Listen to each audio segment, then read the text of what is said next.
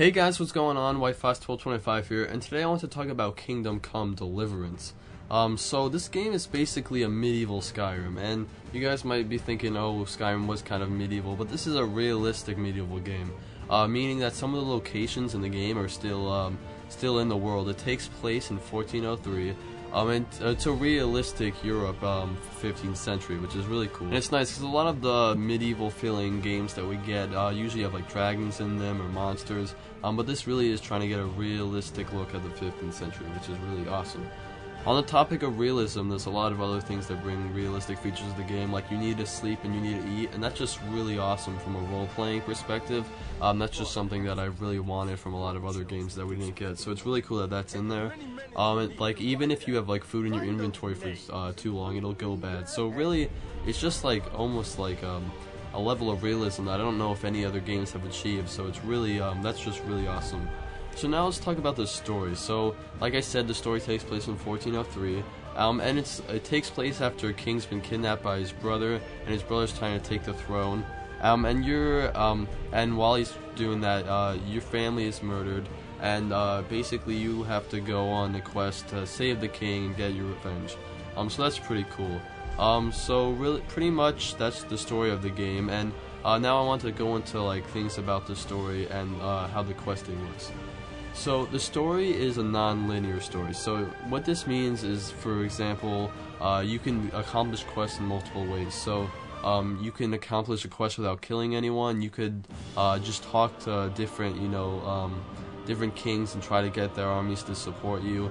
You could accomplish quests by like stealing something or killing people. Basically, how you do it is up to you. Now, I'm really hoping that they don't like give you all the options. Sometimes I think Skyrim held your hand a little too much. I would love if Kingdom Come basically made it so that you had to figure out how you wanted to accomplish it, instead of holding your hands and giving you like 3 different options and having the waypoints for every single one.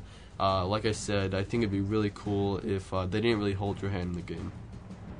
Also, different quests have multiple endings depending on your decisions, so that's another really cool feature. Something that a lot of role-playing games are bringing, like The Witcher 3 has 36 endings or something. So definitely another cool feature. So basically in the game you're going to be playing as this guy named Henry. So I really wish you could customize your character, but you can't. You're playing as this guy named Henry. And like I said, you're the son of a blacksmith whose family was killed, and now you're going on revenge, and you're trying to save the king. But really, I do wish that you could customize your character. I don't care that how the game starts you like you're a son of a blacksmith. I just really wish you could customize your way your character looks, because that's just one of my favorite features in a role-playing game, and I really wish it was in this one. But it's not, like I said, so you're going to be playing as this Henry guy. Maybe they'll add it, but I really doubt it. It'd be cool if they did. But the game is in first person, so I don't really think it matters that much. So basically, even though there is a preset character, you can make him the way you want to. There's dialogue options and this branching dialogue, so you can like, you'll have choices of what to say, just like in Skyrim, and you can decide whether you want to make them bad or good. You could go around killing people, and just like they don't get resurrected, they're just dead, just like in Skyrim. You could go around stealing people's stuff, pickpocketing. So really, it's just like Skyrim, you get to decide how your character is. So even though the character is preset, which I wish it wasn't, it's cool that you can still customize it. Another way to customize your characters is going to be apparently loads of different armors to craft and buy, and just different ways to customize your character, so that's really cool. And on the topic of crafting, there's going to be cooking, alchemy, fishing, and mining in the game. There's also blacksmithing. So all of the crafting is different from any other game. So the crafting is really, it takes skill, and it's realistic crafting. So in order to make a sword, you have to go through all the steps to make the sword. It's not just like you hit a button and if you have all the materials, you make it. If you want to sharpen a sword, you actually have to sit down and move the sword against the sharpener and make it sharp, which is really awesome. It's really cool how you're actually gonna have to craft this stuff, not just like hit a button and then it crafts it. To make a sword, like I said, you have to go through every single step in order to make it, including gathering the materials, smelting the metal. Really cool stuff, which is awesome. Now, let's talk about the world. So, there's an open world, and the world just looks beautiful. I mean, the graphics just look great. The sound effects and the details, everything just looks completely gorgeous. And this game is running on the CryEngine, which is it's a really great engine, so I'm not surprised it looks great. Now, let's talk about the combat. So, mounted combat is going to be a really crucial part of the combat. It's trying to be realistic, and I guess a lot of the combat in this time period was mounted, so it makes sense that a lot of the combat will take place on horseback.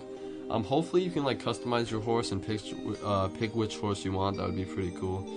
But it is a first-person combat system, so just like the game is, it's first-person, and the actual combat is being developed by expert fencers, so that's pretty awesome. The combat looks really cool, so they're trying to make it, like I said, as realistic as possible. So you and your opponent are going to be using like medieval techniques to fight, which is awesome.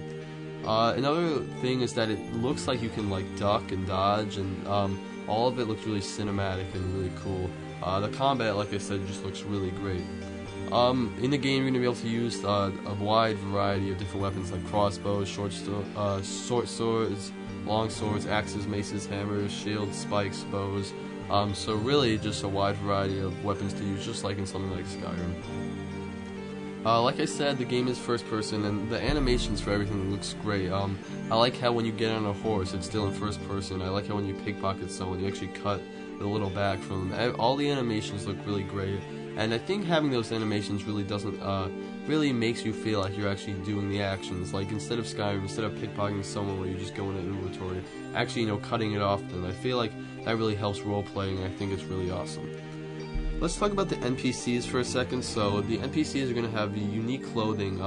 So what this means is that it's not like in some other games where NPCs have like generated clothing, and a lot of them have the same looking clothes. Every NPC is going to have unique looking clothing, which is really cool. And NPCs are also going to have changed clothing and changed outfits, which is really cool. It's really making the game more realistic, and I think NPCs can have something like 20 different outfits, which is awesome. You can also like impress NPCs like by wearing certain clothing and make them like you more, which is awesome. And this is one of the things that I really like the most, is that NPCs have agendas. So basically, like an NPC might go to the bar every day after work, but you can actually change an NPC's agenda by like killing the bartender, and then the bar will obviously not be there, and the NPC will have to find something new to do every day after work. So really cool how the NPCs not only have an agenda, but you can change it, and it really gives the player some freedom, just like Skyrim did, and it really looks great. It's one of the features that I'm most looking forward to. So now let's talk about the release date. So the game is going to be releasing Q4 for PC, Macs, and Linux. That's Q4 in 2015, and Q1 for 2016 for the Xbox One and the PS4. So the release of this game is a little different, and it's using Kickstarter, which a lot of games are doing nowadays. And so basically the game's going to be divided up into three chapters. So every chapter is going to have a different map, but if you didn't finish some of the side quests in the last chapter, you can go back and finish those, and then you can go back to the new location.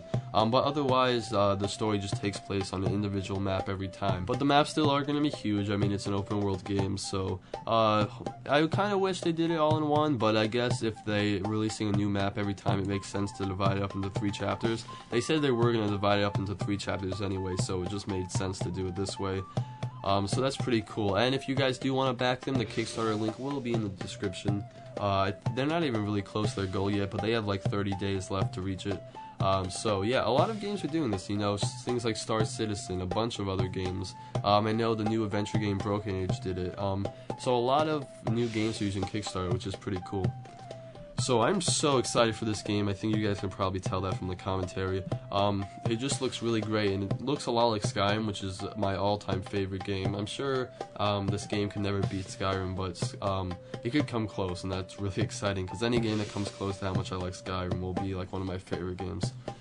Yeah, so I'll definitely be covering it. It doesn't sound like we're going to get any more information anytime soon, but when we do, I'll definitely be making another video on it. The same time I'm uploading this, I'm uploading a Shadow of Mordor video, so if you guys are interested in that, that's the new Lord of the Rings game, so make sure you check that out if you're interested. Other than that, we got the Elder Scrolls Online Saturday podcast talking about some new PvE this weekend. Hopefully we're going to have a review of the new first-person shooter on Steam, Insurgency, and maybe even a Rust video if I get to it. So lots of videos coming, so make sure you guys check back if you're interested. Thank you so much for watching, and I'll see you in the next one.